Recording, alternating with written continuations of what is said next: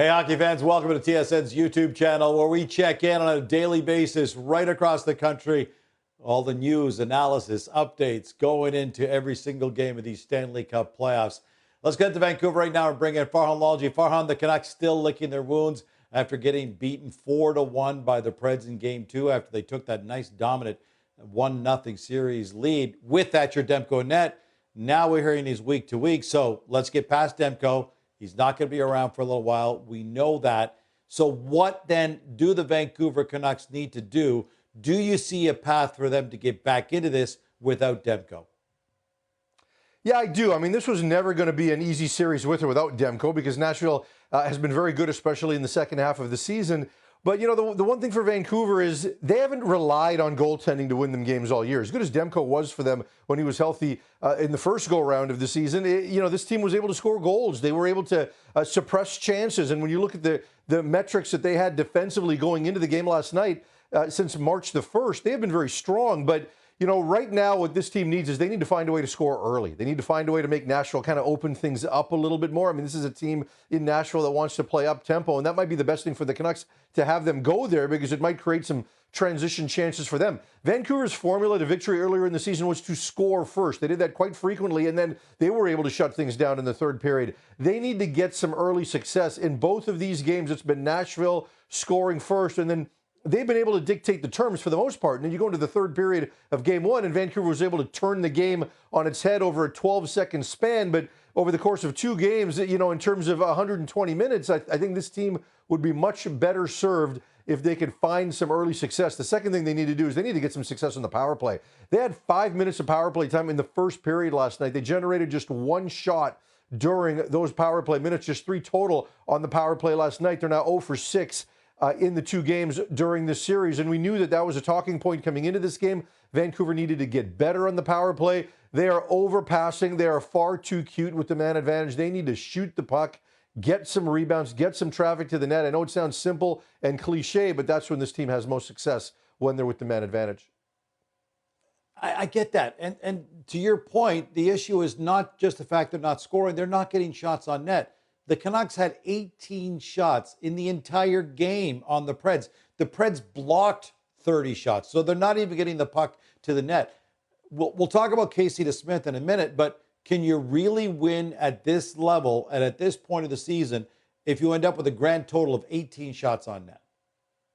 No, you can't, right? And I mean, you know, when you look at the expected goals in this game, it was 3-1 for Vancouver, essentially. And I heard that, you know, UC Soros stood on his head. No, he didn't. They just kept blocking shots. He made one spectacular save in the game. He really didn't have to get too taxed in this game because Vancouver didn't make it easy. And in credit to Nashville, their defense did a really good job. I talked to Barry Trotz about it after the game, and he said that, look, our guys were really committed. And when you do commit like that, you get some breaks, which he believed they got. But 42% of shot blocks doesn't make sense.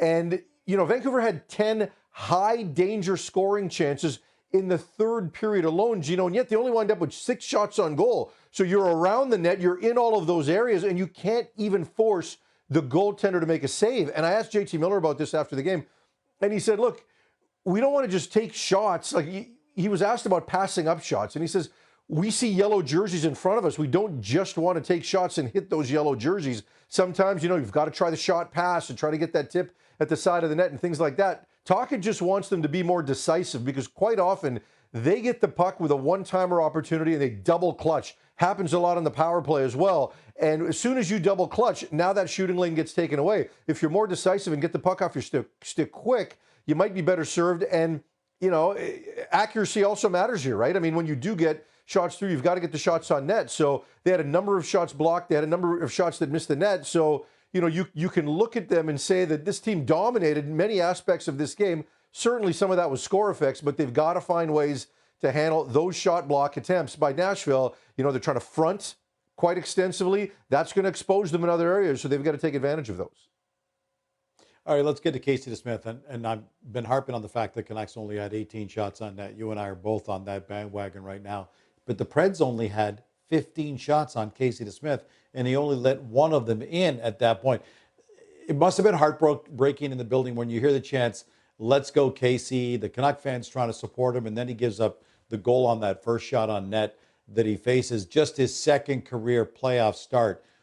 Where do you think this kid is at mentally when he's got to feel at this point, I could be the guy that's letting my team down? When it isn't his fault, the expectation certainly isn't there that he can do what Demko did, but it can't be easy on him right now. No, it can't. And quite frankly, I don't think that Casey DeSmith is rattled or that his confidence is down, right? This is a confident player. He's well liked by his team.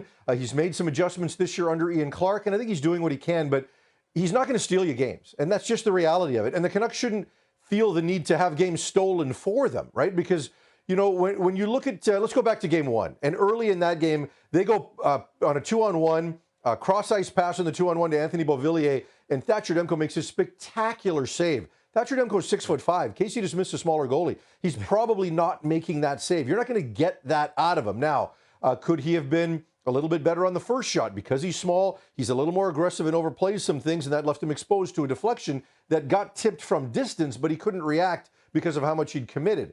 Third goal of the game, Elias Pettersson turns the puck over. DeSmith gives up a rebound, and that's kind of been an Achilles heel for him. He's not necessarily the best at rebound control, but the first shot came in from so close, it's hard for any good goalie to handle that rebound. So you don't necessarily want to blame him, but at some point, you do need to make a big-time save. 3 goals in 15 shots isn't good enough. Having said all of that, I still don't think Casey DeSmith was Vancouver's problem last night. It was at the other end of the ice. Yeah, you mentioned Elias Pettersson. Let me follow up on that. His stat line, 0-0-0, and a -3 in game number 2, -4 for the series overall. Just 1 goal in his last 15 games. Farhan, does this team have any chance of getting back in? Well, I mean, they're tied 1-1 in the series, but do they have any chance of getting by the Preds if Pettersson can't somehow find his game? They could potentially get past the Preds, but I think it's going to be a heck of a lot harder without him producing at a reasonable level. They certainly aren't going to win another round if Pettersson can't find his game and if the power play can't find its game, a big part of which is Pettersson. So he's just not playing with any level of confidence right now, and you can see it in his body language. He misses the open net, falls to his knees. I get that, final second of the period. He slammed his stick after the third Predators goal where he gave the puck away and then couldn't get back fast enough because he had fallen down. There was a subtle play, right? It was about 8.5 minutes to go in the first period when Quinn Hughes misses him with a pass and he drops his shoulders and skates back to the bench. Those moments tell you just how frustrated he is. And after the game, he was pretty hard on himself, which is unusual for Pettersson because he usually, if you ask him a difficult question, he'll deflect it or, he'll be very short with his answers. He's not going to go there and acknowledge if he's struggling or things like that. He'll say, I need to be better, but that's probably as far as you're going to go. He was hard on himself. He took some blame for the loss, and that's rare for him. And then take it a step further and look at Rick Tocchet. And after the game, he said, this is a young player and this is good for him. Sorry, Rick, he's not a young player. He's wearing a letter on his jersey. 25 years old is the statistical prime. Like, it's the sweet spot for a lot of players in today's day and age. He's being paid a lot of money next year, to whom much is given, much is expected. And he's 5 years in. He's not a rookie. You can't play the young card. And Rick knows that. And the reason he's doing it is because you can't be too hard on this player. And, of all the players in the Canucks locker room that were devastated when Bruce Boudreau got fired, Elias Pettersson tops the list. Now, that's not to say the Canucks shouldn't have made a coaching change. It's not a criticism of Rick Tocchet. He's likely going to win the Coach of the Year. But Rick Tocchet, and he gets along with Pettersson fine. There's no disconnect there. But Rick Tocchet has limited cards he can play with this player. If you want to be harsh and critical and angry and aggressive and challenge a player like JT Miller can live in that world. Elias Pettersson can't live in that world. He loved Boudreau because Boudreau always had his arms around him. And that's kind of how Rick Tocchet has to deal with it. You can't be too hard on him. You've got to still make him, feel positive and make sure that he knows the world isn't falling apart and try to take as much pressure off him. And also his line mate, Nils Höglander. They've had a pretty good connection. Höglander hasn't been really good now in these 2 playoff games. He had 10.5 minutes played in the first game. 10 minutes, 8.5 in the second game, almost got benched the entire third period. So the two of them need to get it figured out. But, big picture, this team needs Pettersson if they're going to make any kind of a run in these playoffs. He needs to get out the schneid, no doubt about that. Before I let you go, any update on Tyler Myers? Missed last game with the flu. How's he doing?